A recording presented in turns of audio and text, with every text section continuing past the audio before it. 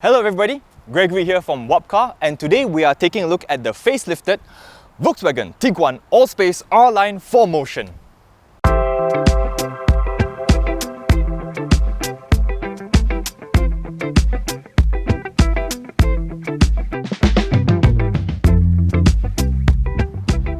It joins us just 2 years after the original was launched here in 2020, and changes are mostly cosmetic.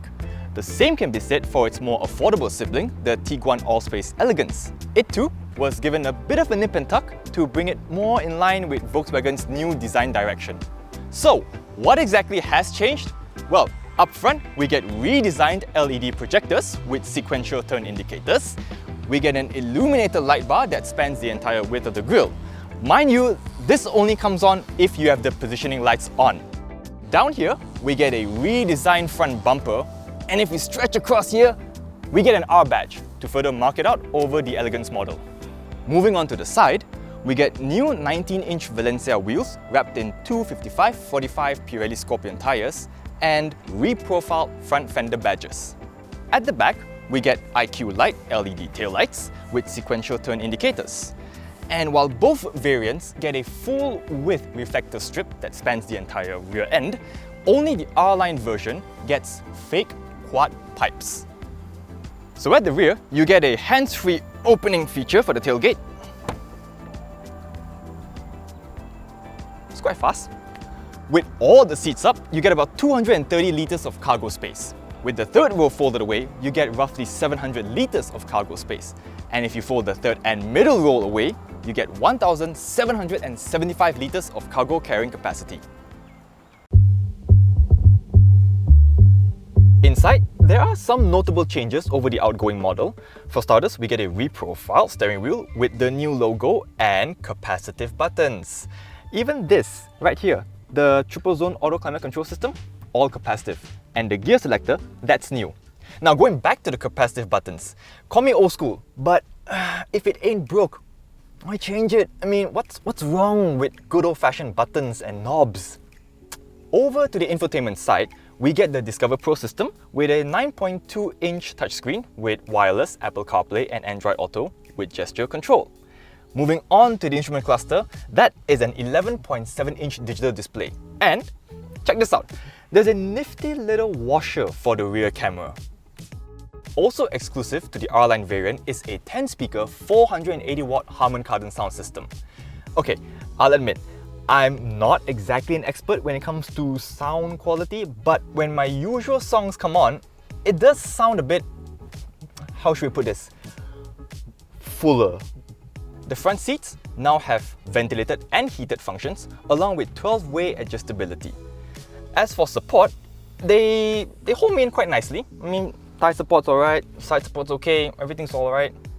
But with that said, my bum did get a bit numb after about 2.5 to 3 hours at the wheel. Yeah. And the steering wheel itself is adjustable for rake and reach, so finding an ideal driving position shouldn't be much of an issue. There's also a smattering of R badges scattered across the cabin. We get one on the steering wheel, we get some on the seats, some on the side sills, and carbon fiber-ish trim. Although I'm not so sure how I feel about that one. Oh, and there's also ambient LED lighting. And over here, we get the inclusion of the DCC, Dynamic Chassis Control, which allows drivers to select various modes to suit their needs. If you were to push this button right here, you can cycle through Eco, Normal, Sport, Comfort, and Individual. If you were to play with this rotary knob right here, that allows you to select different off-road profiles. Now moving on to the rear, let it be known that this has been adjusted to my driving position and I'm 184 centimeters tall. As for rear legroom, let's see, I have about 2 tennis balls worth, headroom, just over 1 tennis ball worth of headroom, and we no longer have the folding tray tables. Instead, now we just get seat pockets, and rear passengers have their own aircon vents, temperature setting, one USB-C socket, and a 12-volt power outlet. Oh, as for a big water bottle, unfortunately it doesn't fit in the door cards, but strangely enough, it fits in the front one. Other features that can be found in the rear include sliding seats and a center armrest with what looks to be two-ish cup holders, and this, enough storage for everybody's sunglasses.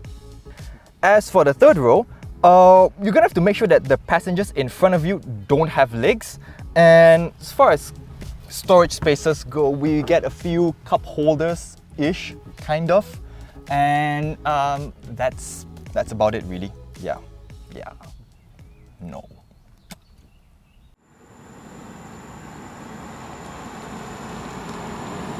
The R-Line is powered by a 2-litre turbocharged 4-cylinder engine, pushing out 217 brake horsepower and 350 Nm of torque. Now all that power gets channeled to all 4 wheels via a 7-speed wet clutch DSG transmission.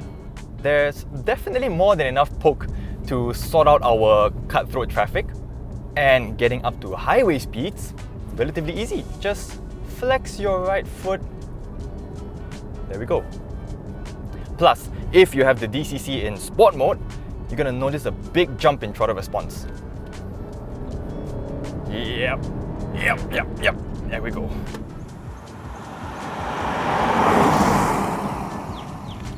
Gear shifts? Business as usual. It's very smooth when you're just cruising, but when you're really on it,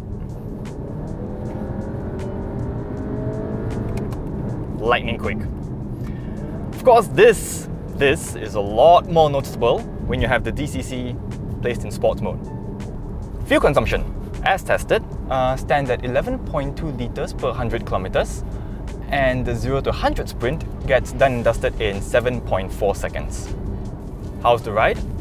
Okay, so in comfort mode, everything is very soft, bumps, dips, everything's ironed out nicely, wallowy. Bumping it over to normal,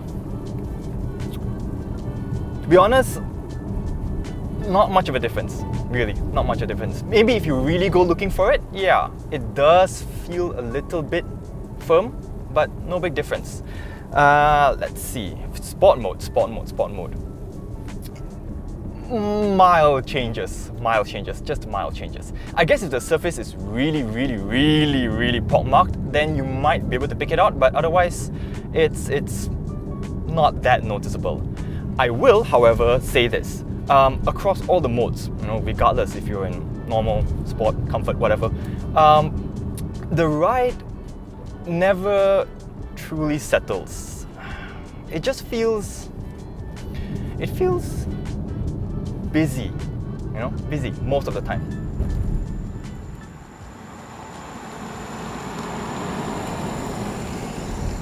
So far, so good then. The Volkswagen Tiguan Allspace R-Line has good looks, more than enough power, and I would say, yeah, a fair bit of kit to keep all but the most demanding of owners satisfied. But with that said, there is one area I like to highlight, and that's safety kit. Or rather, lack of it. Now in terms of active safety features, yeah, we get lane keep assist, and that's it, really. I mean, sure, there are 6 airbags, hill descent control, ISOFIX points, all of that's there, but Volkswagen Malaysia, come on guys, get with the program. And according to Volkswagen Malaysia, the reason why ADAS is still not available is that they're in the midst of conducting tests to roll out to newer models in the future. So that's that. How much are you paying for this? Well, all in all, we're looking at a figure of 220,000 ringgit on the road without insurance. There's a 5-year unlimited mileage warranty. So, what's your take on the Tiguan Allspace R-Line? Are the looks, power and toys enough to make you look past the lack of active safety features? Or is that going to be a deal breaker for you? Let me know in the comments below.